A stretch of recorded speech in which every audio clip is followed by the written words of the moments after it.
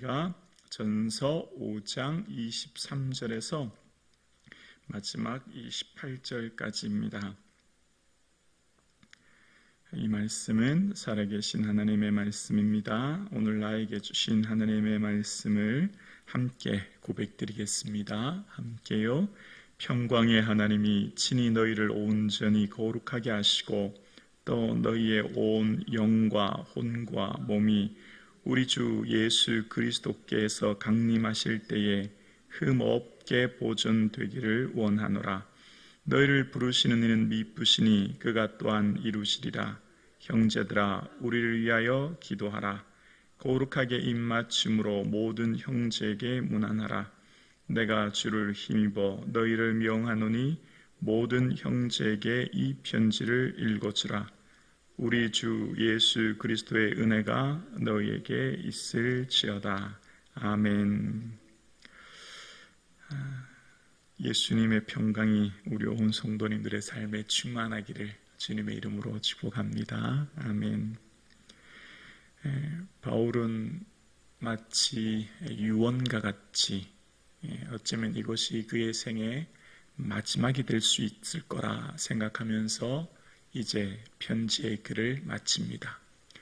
데살로니가 교회를 향한 마지막 유언과 같은, 어쩌면 다시는 이들에게 편지를 보낼 수 없을 것 같은 심정으로 쓰는 오늘의 글에서 그에게 마지막 당부가 오늘 본문에 나옵니다.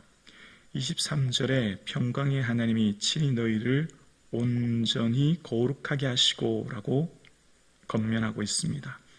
이 세상을 살아가는 데 있어서 가장 쓸모없고 필요 없는 것이 거룩입니다. 이 세상의 사람들은 거룩을 인정하지 않습니다.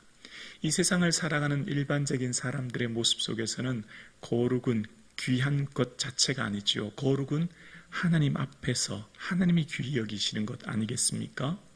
그러니까 사도 바울이 끊임없이 지금 데살로니가 교회를 향해서 거룩을 이야기하는 것은 지금 이 박해, 이 데살로니가 성 전체가 크게 요동하고 예수 믿는 것 자체가 어려운 이들에게, 그들에게 당장 삶에 있어서는 거룩은 아무런 필요가 없는 것이지요.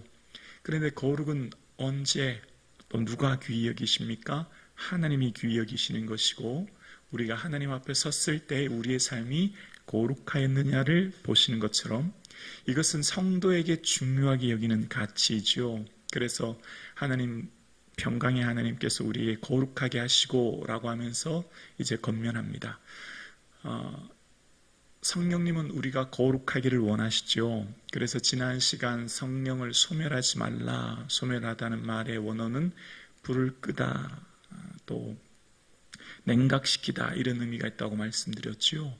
왜냐하면 우리의 인간의 본성, 예수님께서 우리 마음에, 사람의 생각에서 나오는 것은 악한 생각과 음란함과 살인과 도둑질 이런 것들 얘기하시지 않습니까? 그러니까 사람의 본성에서 나오는 것들이 워낙 악하기 때문에 육체의 소욕은 성령의 소욕을 거스려서 이 둘이 서로 원하는 것을 이루지 못하기 때문에 성령님을 기쁘시게 해드리는 것은 거룩이고, 그 거룩을 쫓아 온전히 생활할 때 성령님이 우리 안에서 내주 역사하시는 성령님이 기뻐하시고 우리에게 충만한 은혜를 부어주시지 않습니까?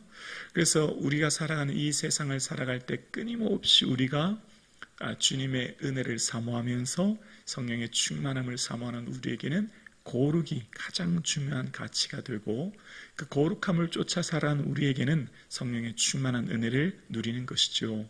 그래서 오늘 함께 예배드리시는 저와 여러분에게 성령의 충만한 은혜가 있기를 주 이름으로 축원합니다. 거룩을 사모하고 거룩을 향해 나아가시는 삶, 그것이 우리의 삶에 주님이 원하시는 것이고 기뻐하는 것임을 끊임없이 우리에게 이야기합니다. 그러면서 23절 후반절에 너희 온 영과 혼과 몸이 우리 주 예수 그리스도께서 강림하실 때 흠없게 보존되기를 원한다. 영과 혼과 몸, 우리 전 인격체가 예수님 다시 강림하실 때, 강림이라고 하는 이 단어는 파루시아라고 하는 단어인데, 이때 당시 이 단어를 쓰면 사람들이 무슨 의미인지 금방 알아들었습니다. 왜냐하면 이때 당시에 파루시아라고 하는 단어는 로마 황제가 어떤 도시의 중요성을 부각할 때, 일반적인 도시가 아니라 황제가 중요하게 여기는 도시를 방문할 때 이 파루시아라는 단어를 쓰면서 어떤 도시의 세금을 감면시켜 준다든지 혹은 어떤 포상금을 전해줄 때, 그러니까 그 성에 있는 사람들은 굉장히 기쁜 일 아닙니까?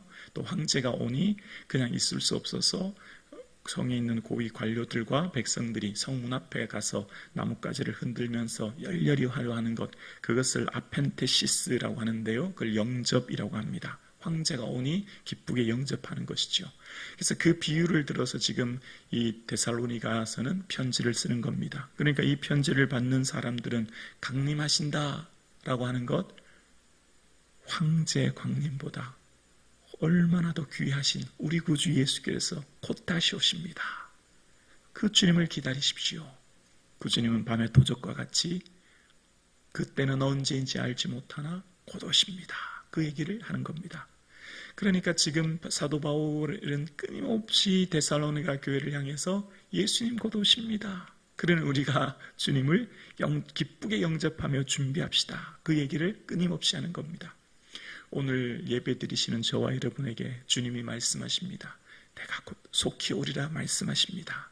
그래서 성도로 살아간 우리의 삶에는 아멘 주 예수님 어서 오시옵소서 마라나타 신앙이 저와 여러분에게 있을 수 있기를 주 이름으로 축원합니다. 예수님 오실 날을 기다리고 준비하는 삶, 그것이 곧 거룩을 이루는 삶인 것을 바울은 이야기하고 있는 것이죠. 그러면서 우리가 받은 이 구원에 대해서 걱정하지 말라고 이야기합니다. 24절입니다. 너희를 부르시는 이는 미쁘시니 그가 또한 이루시리라. 우리를 택하시고 인도하시는 부르신 하나님은 미쁘시다, 신실하시다 라고 이야기하며 그 하나님께서 또한 우리의 구원을 이루어 가실 것이니 두려워하거나 염려하거나 낙심하지 말라고 이야기하고 있습니다. 그가 또한 이루시리라. 하나님이 우리를 부르셨고 내가 너희를 택한 것이 아니라 너가 나를 택한 것이 아니라 내가 너를 택했다 말씀하셨던 주님 말씀처럼 주님이 우리를 택하셨으니 우리의 믿음 주께서 끝까지 인도해 주시고 우리의 구원을 이루어 주실 줄로 믿습니다. 그러면서 바울이 마지막 부탁을 하고 있어요. 어떤 부탁이죠? 25절인데요. 형제들아 우리를 위하여 기도하라. 바울은 다른 거 부탁하지 않았거든요. 바울은 웬만해서는 초대교회에 짐을 지우지 않으려고 그래서 밤과 낮으로 일하면서 또 천막을 만들면서 그렇게 자비량으로 선교하지 않았습니까? 초대교회들의 그 부담이나 어려움 당하지 않도록 그런 최선을 다해 노력하며 선교했어요. 근데 부탁하는 게 한 가지가 있어요. 뭐죠? 중보 기도입니다. 우리를 위해, 나를 위해 기도해 달라고요. 사도 바울은 사랑하는 교회를 향해 끊임없이 기도했지요. 내가 생각날 때마다 너희를 향해 기도함은 내가 무릎을 꿇고 비노니 끊임없이 서신서에 그 교회를 향한 그 사랑의 마음이 뭐로 등장하지요? 기도로 나타납니다. 주님 앞에 중보하여 무릎 꿇고 기도함으로 그 교회를 품고 기도했던 바울, 그래서 기도가 얼마나 중요한지를 잘 알고 있었거든요. 그래서 사도 바울은 마지막 당부의 한마디 이야기합니다. 우리를 위해 기도해 달라고요. 그래서 사도 바울이 기도가 중요함을 고린도 후서 1장 11절에서도 그가 이렇게 고백한 적이 있는데요. 고린도 후서 1장 11절입니다. 너희도 우리를 위해 간구함으로 도우라. 이는 우리가 많은 사람의 기도로 얻은 은사로 말미암아 많은 사람이 우리를 위하여 감사하게 하려 함이라. 너희도 우리를 위해 간구함으로 도우라. 이것이 사도 바울의 늘 부탁요 권면이었습니다. 우리가 누구를 향해 돕는 것, 그것이 첫 번째 시작이요 마침이요 어쩌면 최고봉이라 할 수 있는 것이 중보기도이고 그 기도가 얼마나 소중하기에 간구함으로 도우라라고 했던 것처럼 오늘 역시 사도 바울은 우리를 위해 중보하며 기도할 것을 이야기합니다. 그러면서 이제 마지막 단락으로 형제들에게 마지막 문안 인사를 합니다. 26절과 7절입니다. 거룩하게 입맞춤으로 모든 형제에게 문안하라. 내가 주를 힘입어 너희를 명하노니 모든 형제에게 이 편지를 읽어주라. 여기 명하다라고 하는 원어의 뜻은 맹세하게 하다 이런 의미거든요. 그러니까 주의 이름으로 맹세해라. 이 편지를 꼭 읽어준다고 맹세해라. 이런 겉면의 마지막 부탁이 있는 거예요. 왜 그럴까요? 지금 이 3주밖에 있지 않았던 어린 초대교회 성도들의 예수님의 강림에 대한 신앙이 흔들리고 또 여러 가지 어려운 상황 가운데 있는 이들에게 이 편지로 말미암아 건면하기 위해서입니다. 데살로니가를 읽으면서 생각하게 하는 것은 하나님께서 하나님의 일을 하실 때 늘 바울이라고 하는 한 사람이 아니라 동역하는 동역자를 붙여주시고 주의를 하게 하셨음을 우리는 기억합니다. 이 편지에서도 끊임없이 우리라는 표현 속에 바울과 함께 실라와 디모데가 이곳에 함께 있었고 그 어려운 상황 가운데 데살로니가 교회 박해와 어려운 상황 가운데 디모데를 보내서 그들에게 권면했던 것처럼 이후에 바울의 사역은 언제나 함께하는 동역자들이 있었지 않습니까? 두기고라고 하는 사람을 통해서 에베소서와 골로새서의 편지를 보내면서 그들에게 바울의 마음을 전하게 되었고 또 그 두기고는 향해서 내 사정을 아는 사람이라고 이야기합니다. 사정을 안다는 것은 어떤 의미일까요? 함께 동거하고 함께 생활할 때 누구보다도 바울의 마음과 그 생각을 잘 아는 것 아니겠습니까? 이처럼 우리는 이 서신서를 통해 또 사도행전을 통해 바울 혼자 주의를 감당한 것이 아니라 무명의 사람, 조영호 같은 사람, 또 배경이 되었던 수많은 믿음의 동역자들이 있었고 그들을 통해 하나님께서는 역사하셨음을 이야기합니다. 이처럼 성경에 등장하는 사람들, 무명한 자 같으나 유명한 자들이 등장하고 그들로 통해 하나님께서 위대한 역사를 이루셨듯이 하나님의 이루시는 그 역사에 그 부르심에 우리의 삶이 비록 무명한 자 같으나 뛰어나고 화려하고 대단한 업적은 없어도 주어진 삶의 자리에서 하나님 나라 위에 또 교회 위에 가정 위에 섬기시는 저와 여러분을 통해 하나님 나라가 지금도 확장되고 있음을 우리는 믿습니다. 그러면서 마지막 편지의 28절에 이렇게 말합니다. 우리 주 예수 그리스도의 은혜가 너희에게 있을지어다. 바울의 모든 마지막 권면은 은혜입니다. 하나님께서 아론 대제사장으로 세움받은 아론에게 하시는 최고의 축복이 뭐였죠? 여호와는 너를 지키시고 내게 복 주시며 여호와는 그 얼굴을 비추사 은혜 베풀어 주시고 여호와는 그 얼굴을 향하여 드사 평강 주시기를 원하노라. 하나님이 주시는 최고의 복이 은혜와 평강이었어요.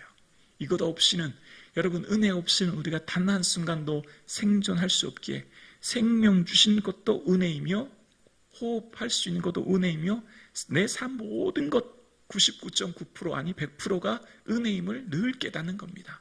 그래서 사도 바울은 그 데살로니가 교회를 향해 예수님의 은혜를 권면하고 있는 거죠. 그래서 신약성경 마지막에서도 이 은혜를 요한은 이야기하고 있지 않습니까? 그런 것처럼 오늘 우리는 은혜 없이는 살 수 없습니다. 오직 주의 은혜를 구하는 이 하루 되기를 주의 이름으로 축원합니다. 예수님 은혜 내려주세요. 우리의 가정과 자녀들 이 하루도 은혜의 삶을 살게 하옵소서. 기도하는 이 하루 되기를 주님의 이름으로 축원합니다.